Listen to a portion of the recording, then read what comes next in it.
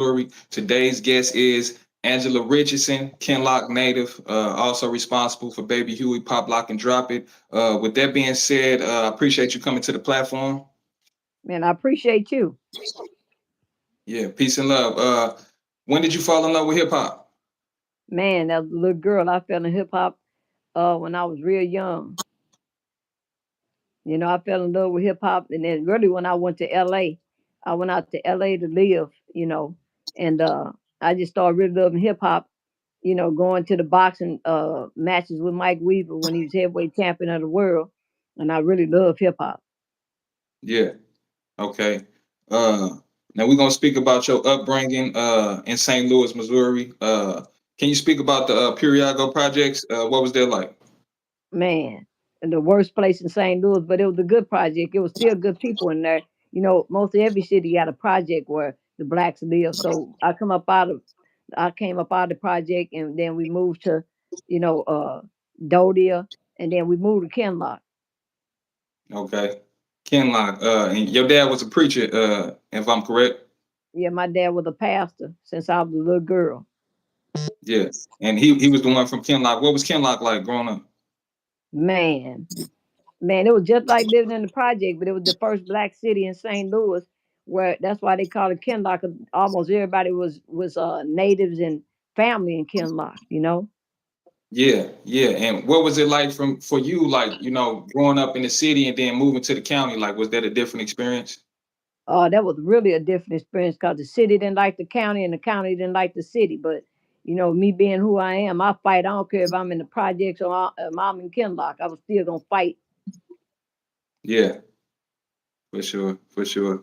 Uh, when did you get your before I ask you about the music, now you grew up pretty rough, like for us, like, what led you to the street life?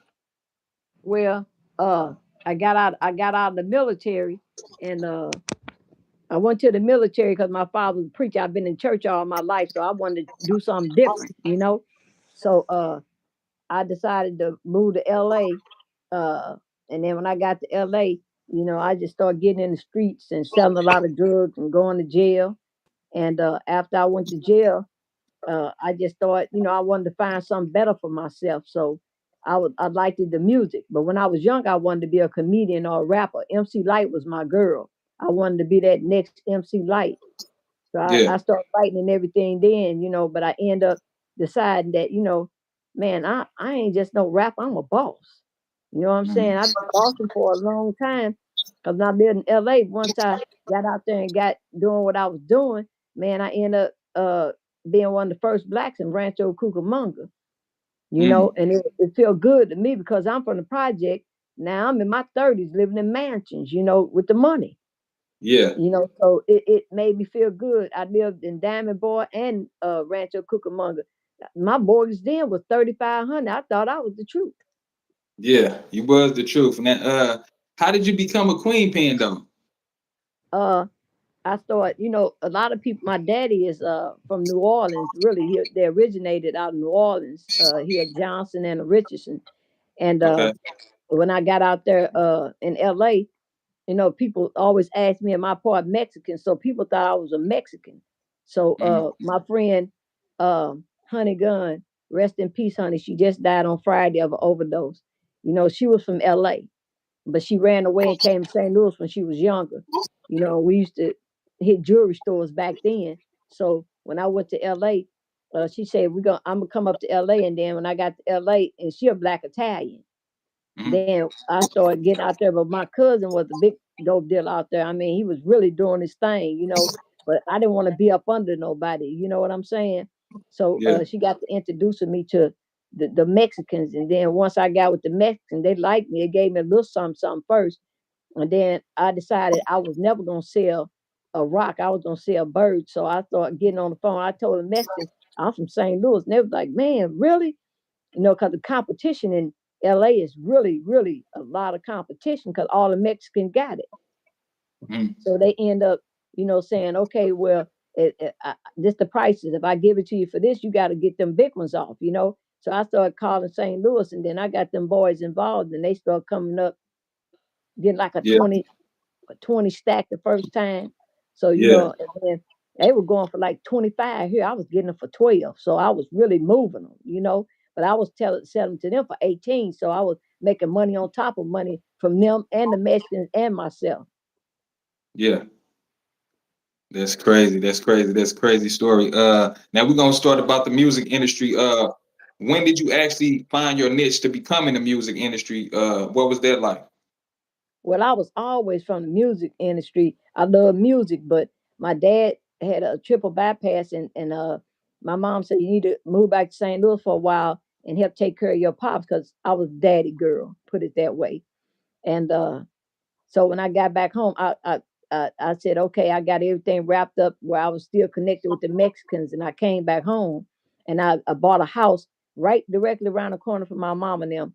Uh, I bought a cash money like 75,000, and then I was going to take care of my daddy right across. Like we was like maybe like 5 houses down, and then I got home, and my mama had to work. She was a nurse, and I just started, when I came back home, I said, well, I'm a do some community stuff because I see a lot of kids trying to rap.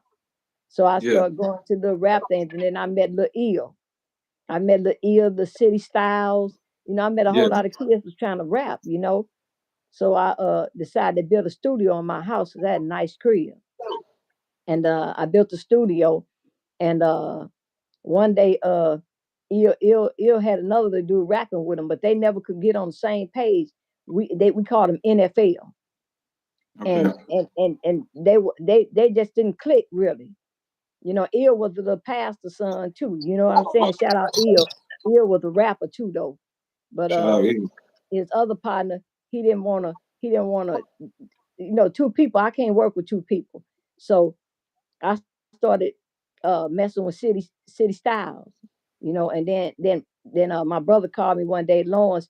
He grew up my brother, but he was like my brother because he always stayed with us, lived in our house.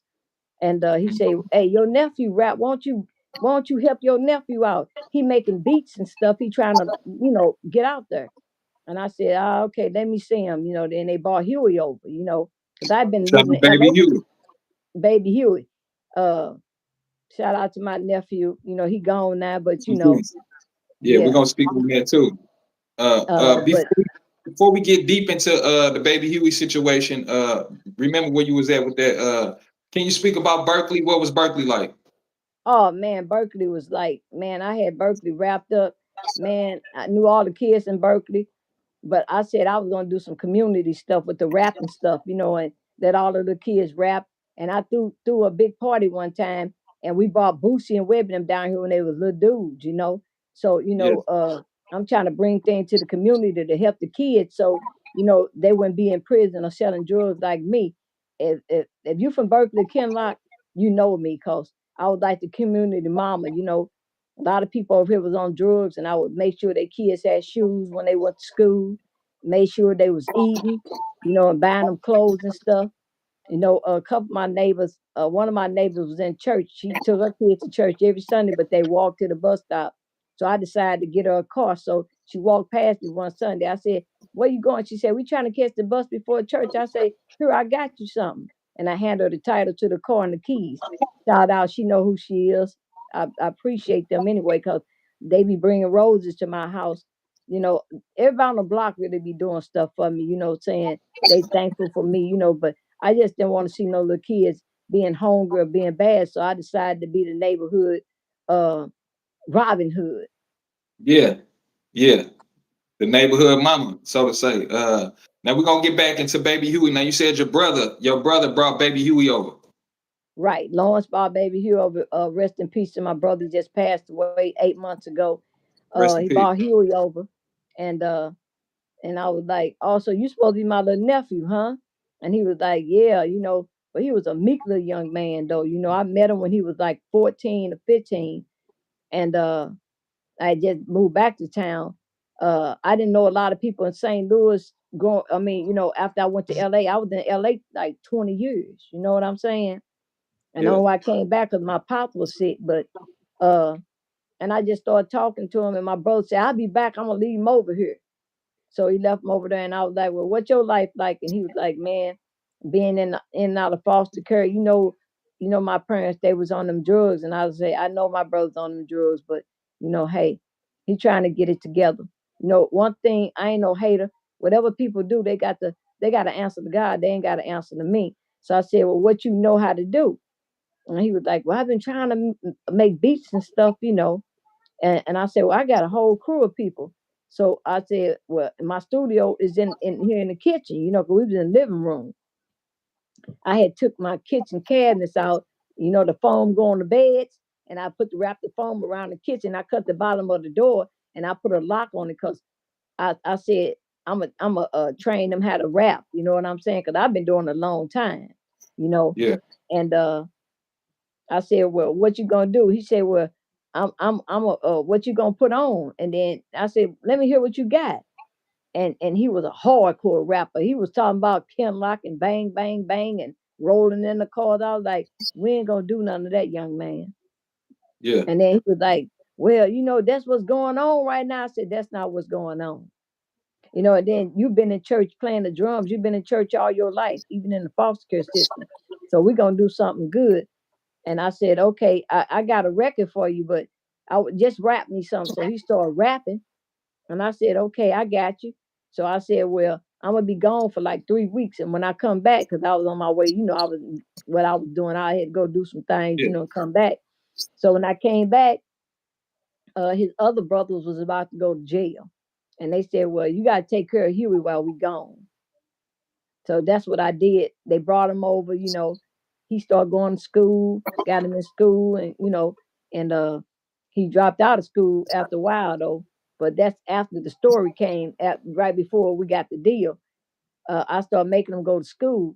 But I said, okay, I had shout out to Chris, G Nut, Skate Master Derek from New York. I had met a guy named Derek. He was from New York, and he was from out there, and he knew everybody out there. Foxy Brown brother and everybody. He grew up with him because he was a skate out there. And so Yeah. I said, "Well, we're gonna get Huey." Then I had DJ Crucifix, and Okay. I was building my own little team from Berkeley, because you can't really work without a team. A lot of people Yeah. think you can do a lot of stuff by yourself, but you can't.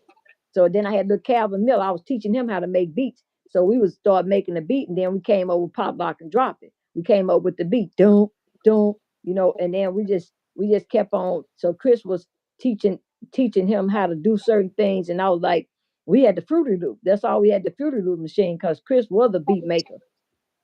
So we got to doing the beat, and I was showing them how to use the thing and stuff, and we came up with the beat and stuff, and then I said, okay, I already wrote the song to the beginning of the beat.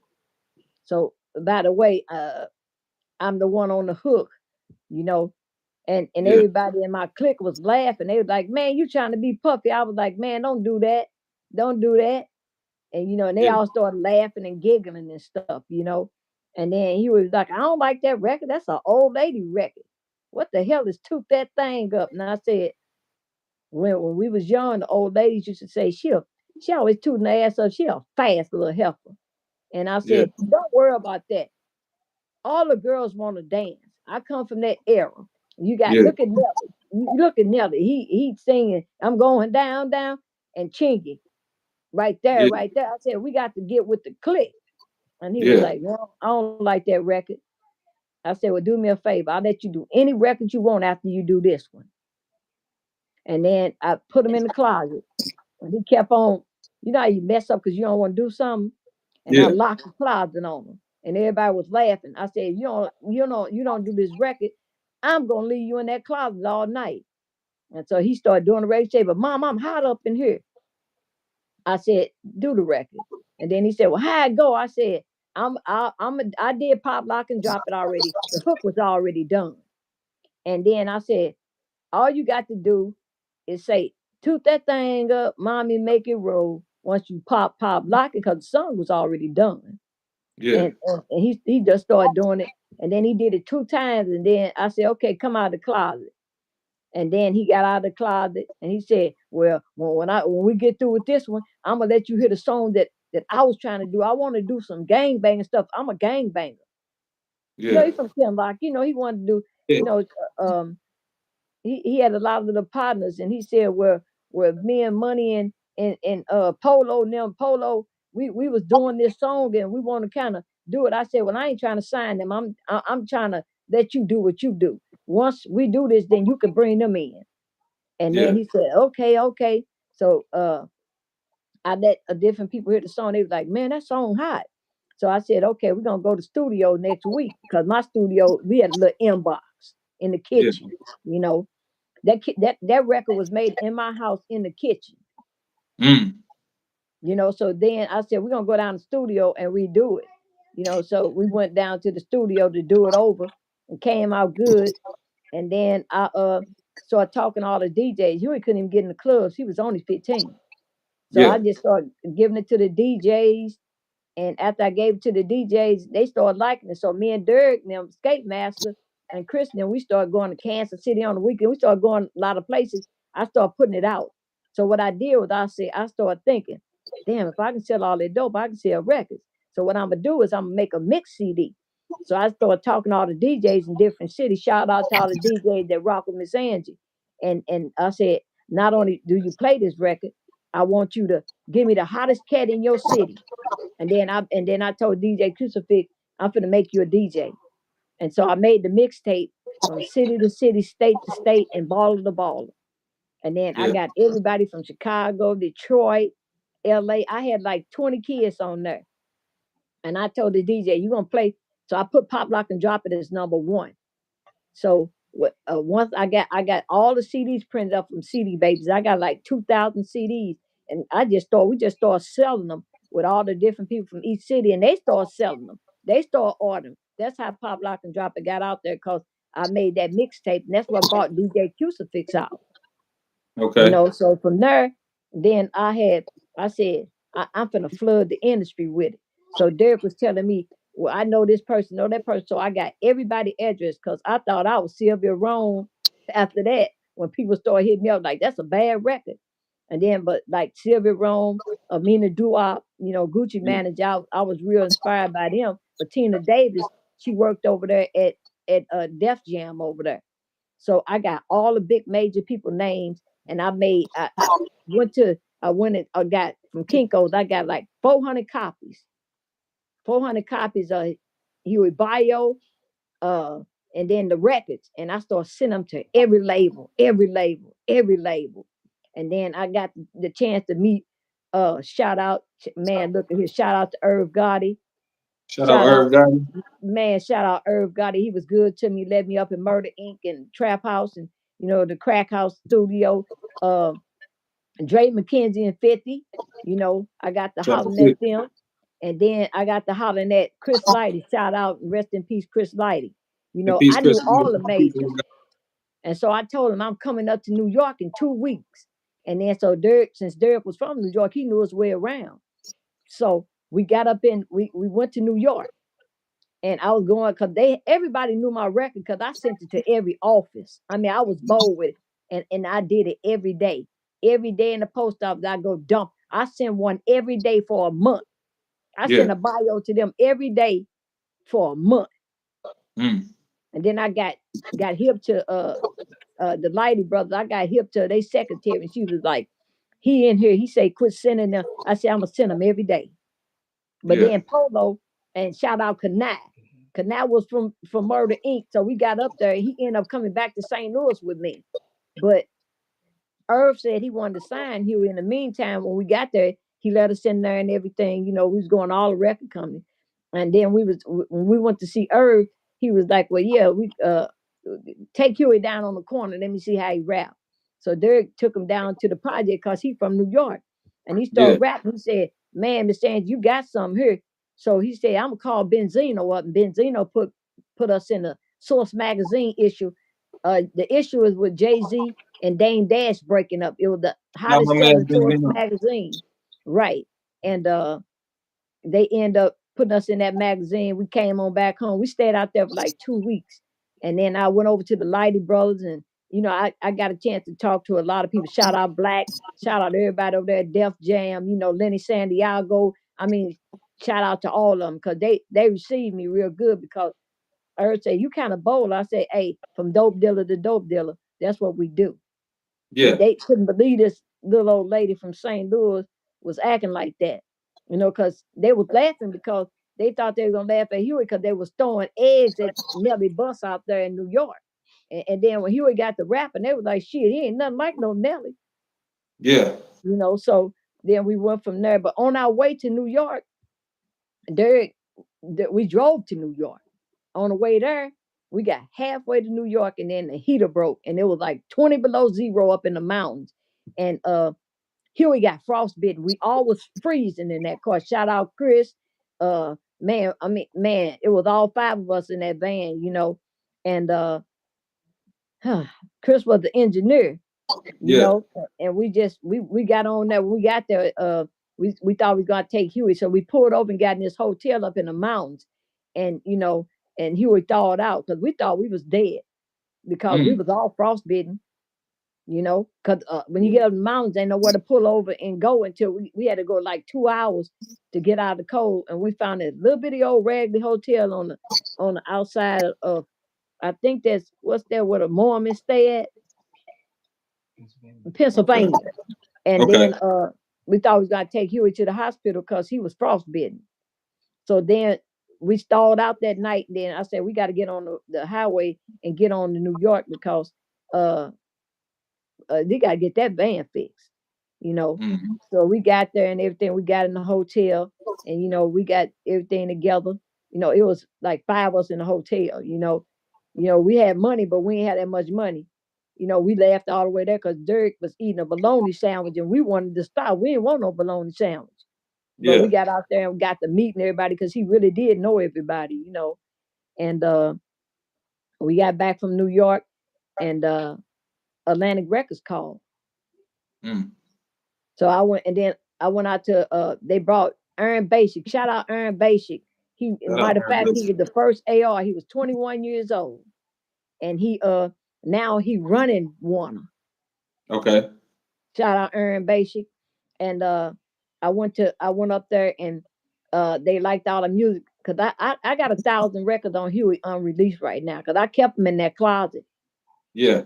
You know, so we decided that we go up there, and they sent us to Beverly Hills, and we went in the studio with T.I. and a couple of people. They was trying to get me to sign, because I had so many records on them, and they like my label because they know that I was trying to do something from out of St. Louis. And they liked it all, the hardcore records. They love Pop Lock and Drop. Don't get me wrong, but they wanted him to sing. They took us to Beverly Hills Hilton and had dinner with us. But they put us in these condos. Huey had never been out of Kinlock, never seen no condos or nothing. And they started laughing because he said, it's a jacuzzi in the room. And I said, boy, that's jacuzzi. And he was Yeah. like, oh no. But they had mints on the bed and stuff. And then they told me they wanted me to meet them at Beverly Hills Hilton for me to rent a car when I got from the airport. So they was used to people going to get big cars. I only went and got a Nissan because I'm used to driving Lambos. I had the paper, you Yeah. know. And I end up we end up getting that car. And then when I got to the Beverly Hills Hilton, Mike Kern and them got out the car, and they said, "Why you get that car?" I said, "I ain't hard up for no money." Yeah. Irv had already told me, "Don't go to spending money because like that's what they do to get you in the game." Mm-hmm. Irv taught me a lot. Shout out to Irv. Him and Polo, shout out them. They Rest really, in peace, Gotti. Shout out Polo. man, they really were some good people. I'm gonna tell you that. But anyway, I end up turning the deal down. They How much offered was me the deal for? 10 million. $10 million. I, I turned it down. Okay. And And why was that? because first thing of all, Irv told me if they offer me a deal and they'll offer me a release date, don't take it. Okay. They didn't offer me a release date. Mm. He said that's some shelf type stuff. you Mm. know. So I got back home and I told the attorney, no, I ain't gonna take it. And then I got back home and I said, well, I'm trying to change my life. I'm trying to get out of the streets and do the right thing. You know what I'm saying? Yeah. And by then, we come back home. I'm tripping, and police kicking my crib. Yeah. They kicking my crib, and they ain't find no dope or none. But I had a Lambo. They took the Lambo out of my yard, they kept saying, we want that Lambo. Shout out St. Louis County. But what had happened was I was letting all the little kids drive the Lambo on the block. They Yeah. wanted to throw the doors up in the air. You know what I'm saying? And Yeah. it was a Diablo Lamborghini. And Mm. I was trying to drive it one day, and I wasn't used to no stick. Yeah. And then I tore the gears up. So when the police came to take it, he said, had me handcuffed. He said, we ain't find nothing in the house, but throw me them keys. We taking the car. And Mm.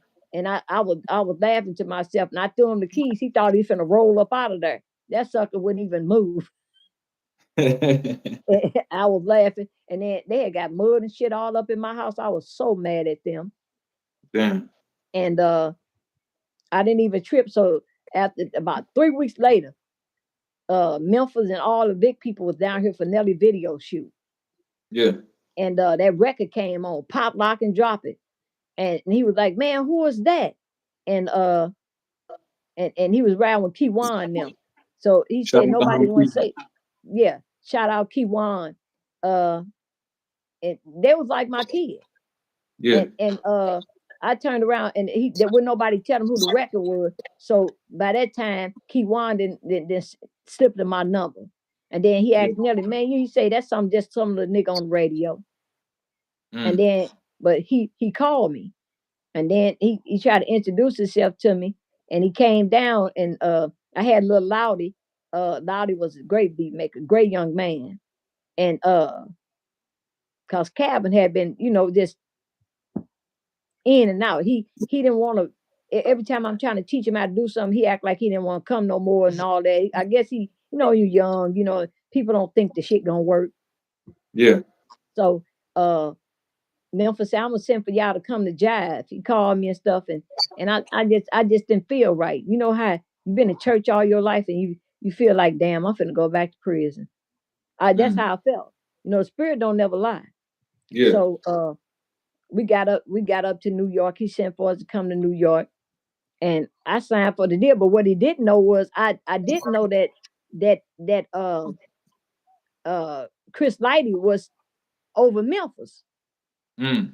So when they called me up there to hear Huey sing rap, uh, Chris Lighty say, Miss Angie, I told you if you get on the radio, I was gonna sign you. And I Mm. said, yeah, I got on the radio. He said, man, that lady wore my ass to death. Yeah. Because I told you I sent a packages offer for a whole month every day straight. Right. And they signed me. They liked what I was doing with them. They liked that I did the record, and they knew I was a writer. Like, shout out to you too, because I liked your rap too. You was my next signee. Appreciate it. You Appreciate know, it. you know how I get down. Uh-huh. I want to see people advance some. I wanted to get people out of St. Louis, you know, into the music industry. I knew I can do it, and Yeah. I and then they signed us, and it went from there. It went from there.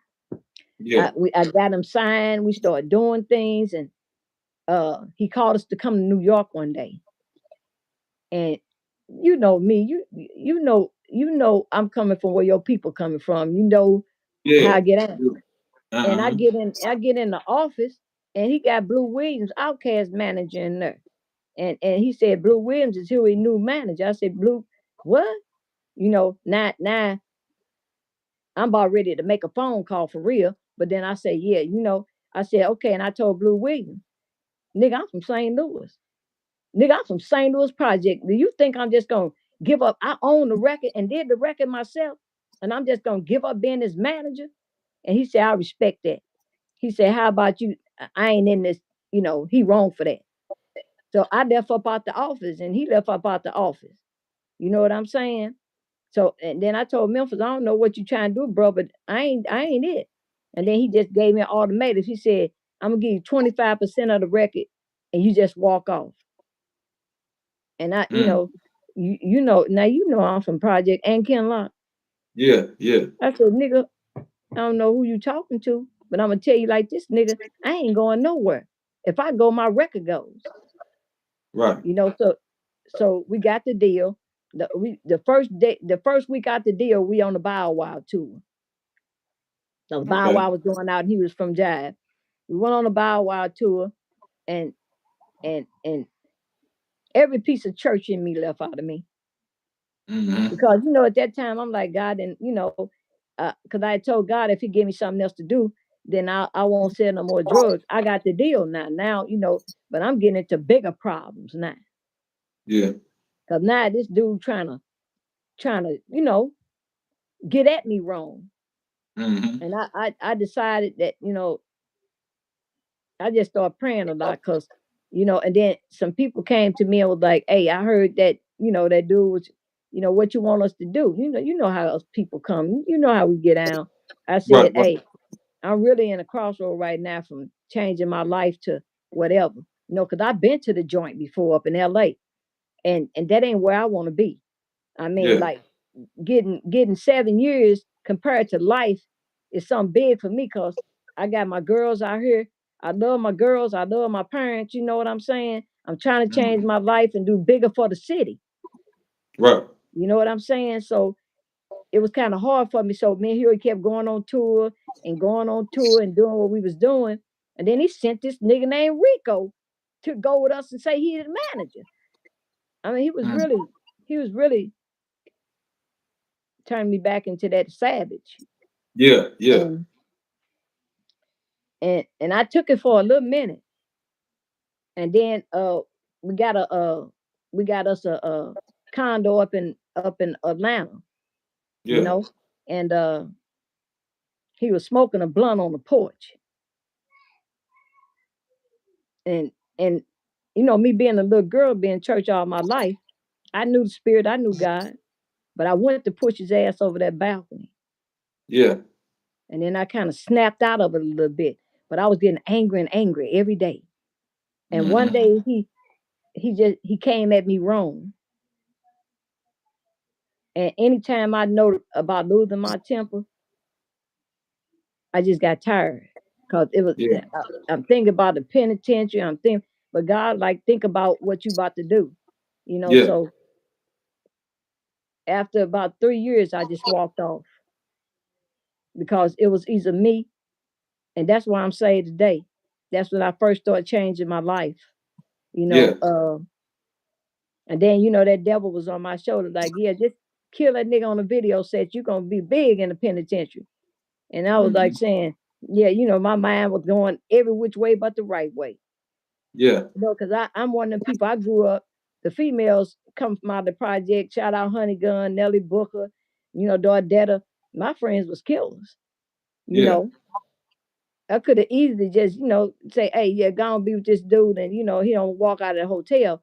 But I was Mm-hmm. changing my life. Yeah. My life has changed right now behind that. You know, uh, I just had to be obedient though, because I looked at myself. I end up in the hospital with a liver transplant. After I got the deal on K Styles, I end up getting the deal on K Styles.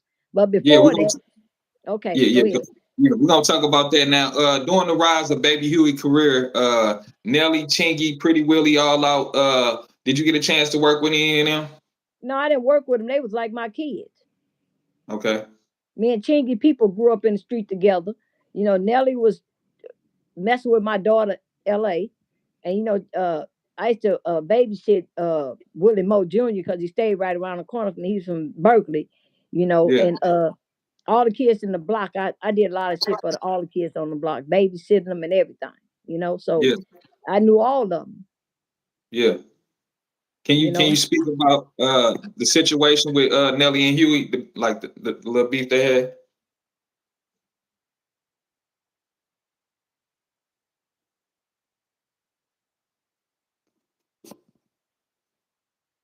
like Huey, my nephew, and then Huey, he sat me down. He said, "Now you've been in the streets all your life, Ma." Can you run that back? Can you run that back? You kind of skipped out a little bit, like your phone. I don't know if somebody called or something. No, but I pushed him off. Well, Huey said, "Mom, you've been in the streets all your life.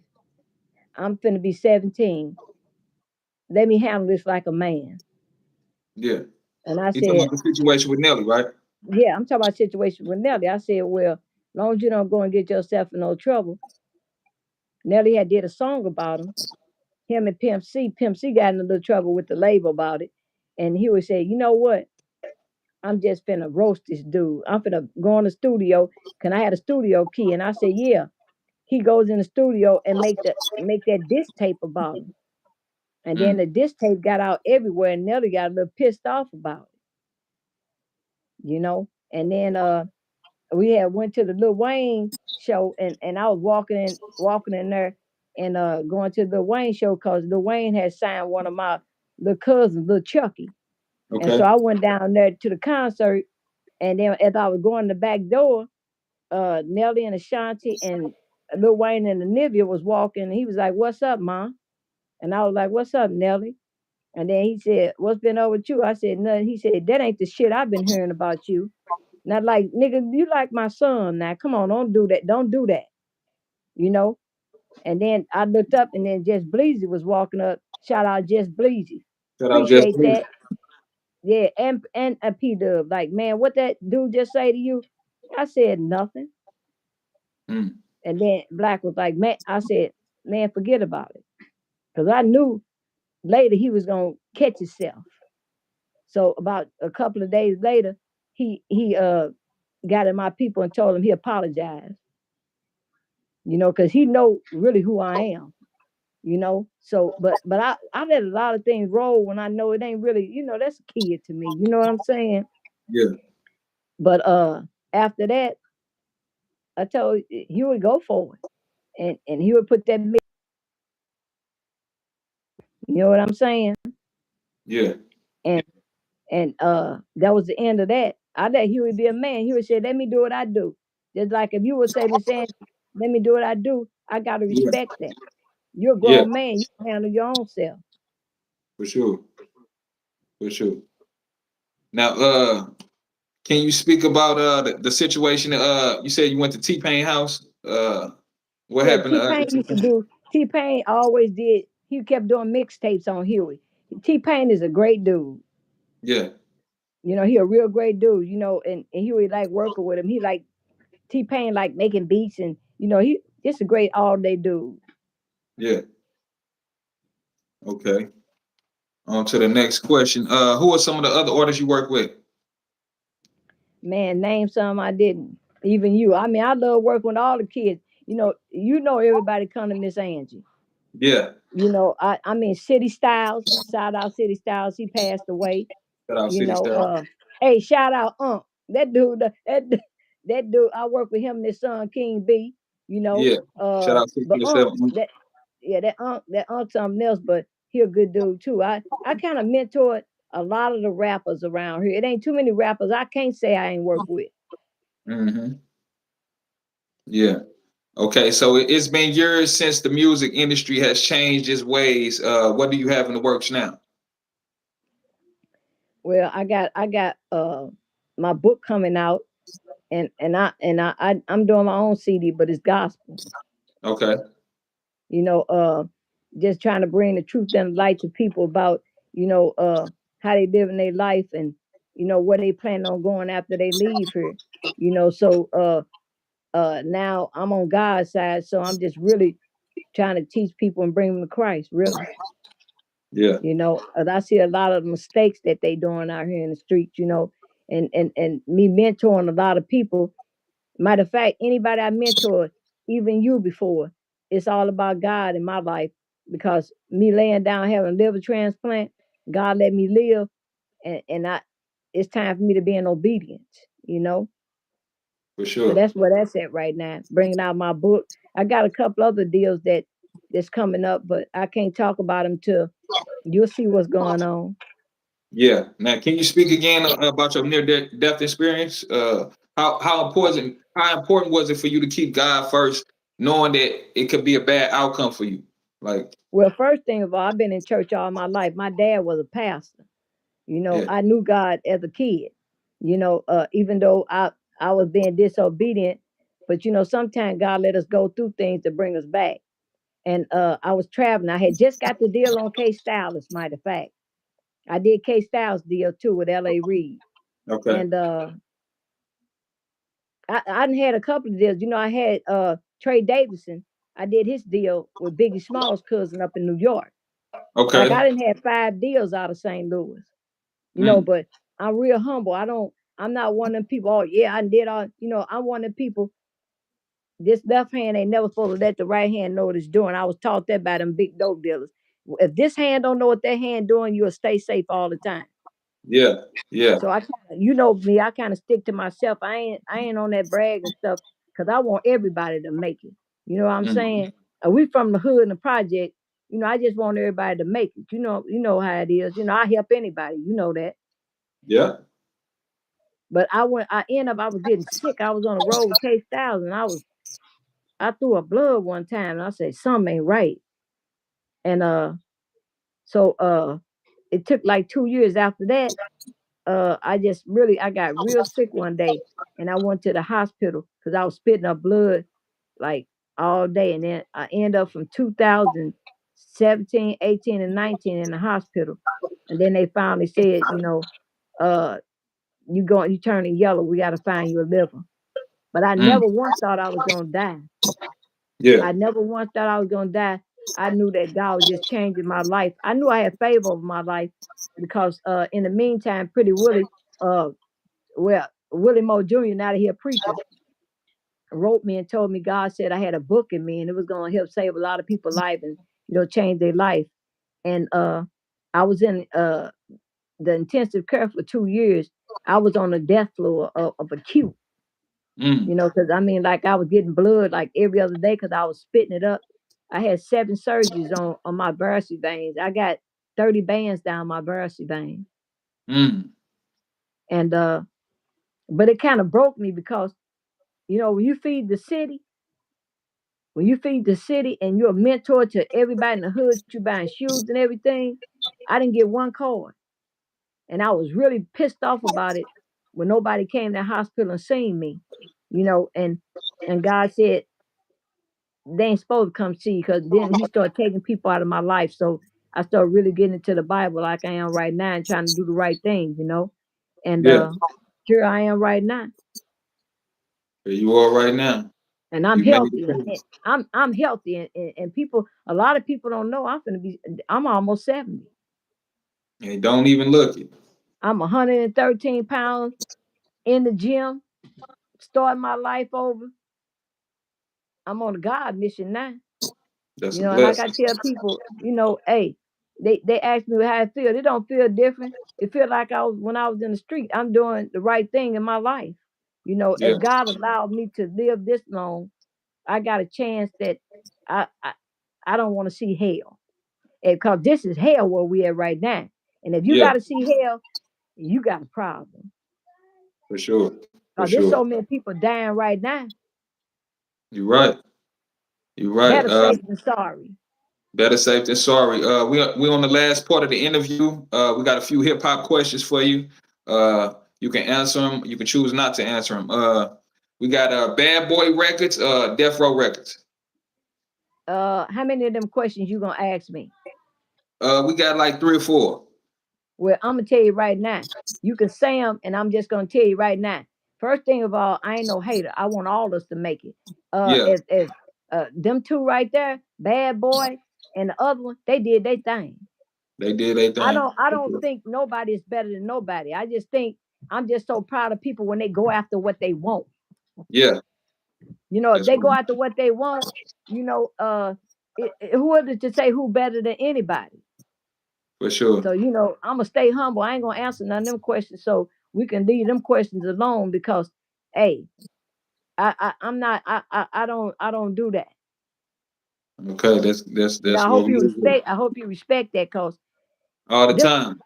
no matter what, them niggas made it. They made it. Shout out Bad Boy. Shout out Death Row. I know Yeah, people shout on out both New sides. York. Shout out all of them. It's hard for us black people now, Sure. so we don't got no business saying who better than who. The Yeah. thing is that we all stick together and do what's right. Most definitely. Like I said, I got friends on both sides. I know people from both sides. So on to the next But you're a question. stand up guy anyway. Yeah, yeah. Appreciate that. Appreciate that. What do you think about Sexy Red? Man, I love Sexy Red. Uh, I did a little couple of things with it. I'm like this. If you making it, I'm for you. You know what I'm saying? we've been in poverty all our life, and only way a lot of us can get out of it is doing bad things and stuff, and but when you see people making it, I don't care what she rapping about or what she doing, she made it for me. Yeah, that's real. Anybody else, shout out to anybody else that made it, because man, this is a hard world for people, and whatever she doing may not be right to a lot of people, but you don't know how God gonna use her later. Because I Yeah, can't say nothing about nobody because I was terrible. yeah, that's real. Okay, last question. What advice do you have to give to the youth that might follow in your footsteps? Well, the first thing I give to the youth is, God made every man with a calling. Sometimes, God said, if you seek me first, all things will be added. And if I would have thought about that long enough, I would have just asked him what he wanted me to do. But I was being disobedient because I did all that in the industry and never seen a dime out of none of it. Mm, Because, I allowed Memphis to do what he did. The record in my name, I wrote the record. That's yeah, me on the hook. But sometimes in life, you got to be that boss and walk away. Ain't no sense in me going back and revenge, because karma ain't right. come on, man, right. I should. I feel like I should have just took the right calling. I didn't, and I ain't no hater because I've been had money all my life. So I mean that didn't affect me whatsoever, and it ain't affecting me now because I know what God, the thing God got me on now. Anything that they took from me, He gonna give it back. Tenfold. Always know, for the youth, before you do anything stupid, think about it. First thing about penitentiary ain't right. I ain't one of them people be, oh yeah, I was doing this in the penitentiary. Hell no, I was ready to come home every day. You know, I had something out here to live for. And being in there hearing all them stories and all that, talking about what you done did, and then but you asking me for a pack of candy. I wouldn't advise nobody to go to the penitentiary. I would really, for the youth, think about what I'm doing. And I would not never let nobody stop me from what I'm doing. Whatever you trying to do in life, you can do it, because God says, so a man thinketh, so shall they be. If you believe and trust God, anything that you're supposed to be, you're going to be it. For sure, for sure. You got any shout outs before we get out Man, of here? I'm shouting out the whole world. I'm shouting out all my friends that passed away. I'm shouting out my whole team. I'm shouting out the whole St. Louis, Atlanta out there. I mean, I shout out everybody that's trying to do something in their life. Okay, for sure, for sure. And I'm With, shouting you out. Hey, good dude. You're a good dude, though. I I got a appreciate chance to you. work with you. Hey, keep doing what you're doing. I'm proud of you. I appreciate you. That means a lot to me. With that being said, this is another episode of When I Fell in Love with Hip Hop. I'm your show host, Israel Picasso. We tuning live from St. Louis, Missouri. We got her. Peace and love. Peace out, bruh. Keep doing what you're doing.